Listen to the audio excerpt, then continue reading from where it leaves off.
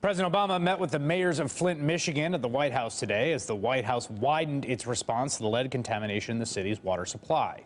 The administration naming an official from the Department of Health and Human Services to coordinate federal efforts to help Flint deal with the crisis. Dr. Nicole Lurie will travel there tomorrow. As for President Obama, who's expected to attend the Detroit Auto Show tomorrow, the White House says there are no plans for him to travel to Flint. The president has already declared a federal emergency in Flint, which allows for up to $5 million in aid. Mr. Obama, however, has denied a federal disaster declaration, which would free up more money. The head of FEMA, Craig Fugate, noting that Flint's water contamination does not meet the legal definition of a major disaster under federal law. Michigan Governor Rick Snyder announcing at a State of the State address tonight, just an hour ago, he will appeal that decision.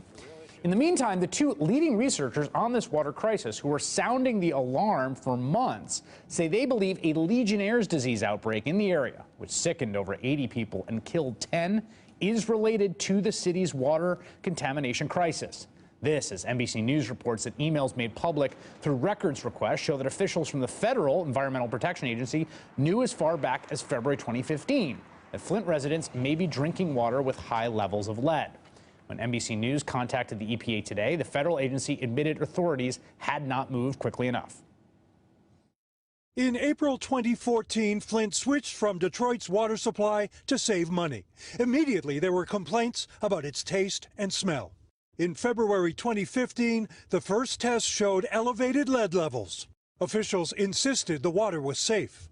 But that June, an EPA official wrote a report warning that the lack of any treatment for lead is of serious concern.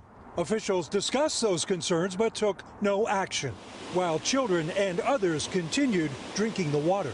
In September 2015, independent researchers discovered alarming levels of lead in children's blood. 6 days later, the governor publicly acknowledged the problem. It wasn't until this month, nearly 2 years later, that the governor declared a state of emergency and asked for federal help. Just moments ago, in his State of the State address, Governor Snyder called for accountability on the matter.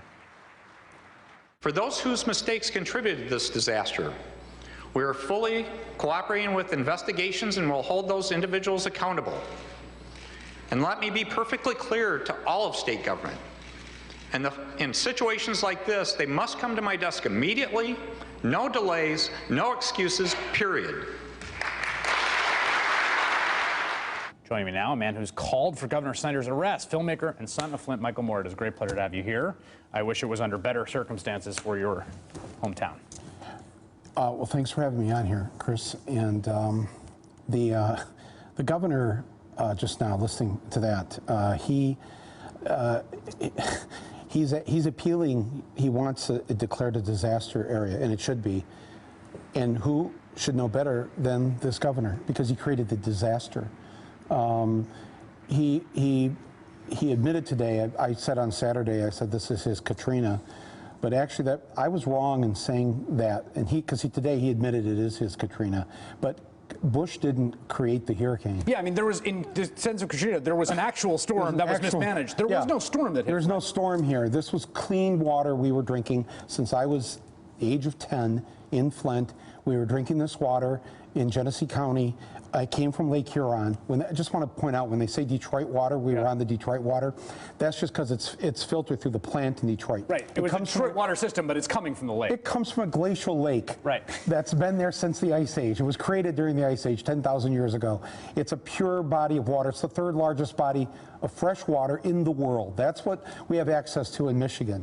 The fact that the irony, irony isn't even the right word. It would be happening to us in Michigan is just so, it's so outrageous. And the thing is that the governor knew about this. The governor, his office, his people, his so-called environmental office, all packed with cronies, not real scientists or real environmentalists.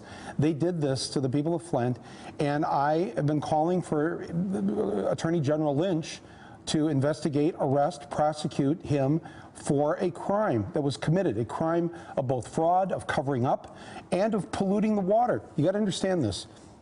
People of Flint were drinking this clean water from Lake Huron. He wanted to save money.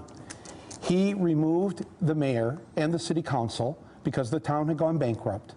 And then... And he did this to a bunch of municipalities throughout Michigan using this very controversial emergency manager law. And you guys here at MSNBC, and especially Rachel. Yep. Rachel has covered this so-called emergency manager thing from the beginning. She's covered this story from the beginning. She could literally get elected to anything in Flint right now because people are so grateful because nobody in the national media was covering this in the way that you guys have covered this. So now here we're at this impasse. He sent in the National Guard last Wednesday. We've heard that on the news. But I was there in Flint this week. He sent 7 National Guard, 7. And they were all from Flint. He just activated 7 people from Flint. To hand out water bottles. 7 people who are already poisoned because they've been drinking the water for the last 2 years in Flint, to hand out bottles of water to their fellow poisoned citizens. There's been no big movement to do anything about this. They've had a few state police handing out these bottles. This is all PR. The speech tonight he gave was PR, and President Obama, I just don't know what I could do to convince him. He's going to be walking through the Detroit Auto Show tomorrow, looking at all the bright, shiny cars, all the futuristic cars that the automakers are planning to put out there in the next few years.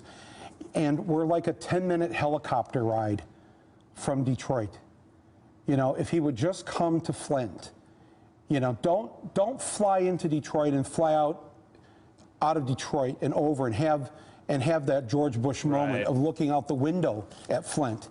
We need his presence there, not just his doctor that he's sending, and we're grateful for that from the Health and Human Services Department, but we need his active presence, and they need to declare it a disaster area.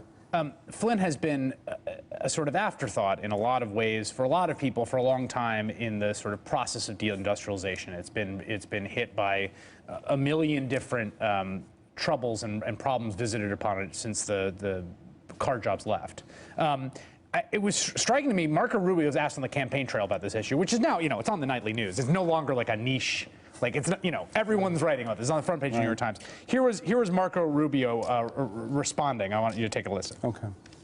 Well, look, that's not an issue that right now we've been focused on. It's for me to give you a deeply detailed answer on what the right approach should be on it, other than to tell you that, in general, I believe that the federal government role in some of these things are largely limited unless involves a federal jurisdictional issue.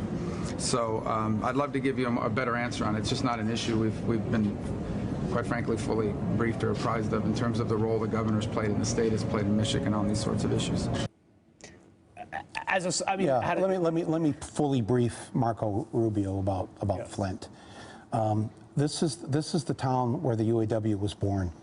The great sit-down strike of 1936, 80 years ago, created, according to historians, the middle class was created in Flint, Michigan, because my uncle and others who were in that strike beat General Motors and created a middle class that didn't exist before Flint. This was our gift to the world, that working people could actually own a home, send the kids to college, have a car, get a vacation, see a doctor. All these ideas came from that strike in 1936. And the city built General Motors into the world's largest and richest corporation. In return for that, GM, beginning about 30-some years ago, started moving jobs out of Flint and moving them elsewhere, mostly to third world countries, but also to non-union states down south. And in doing so, wrecked the lives and the livelihoods of the people who built that corporation. And that was the first blow. And it's been one blow after another, decade after decade now.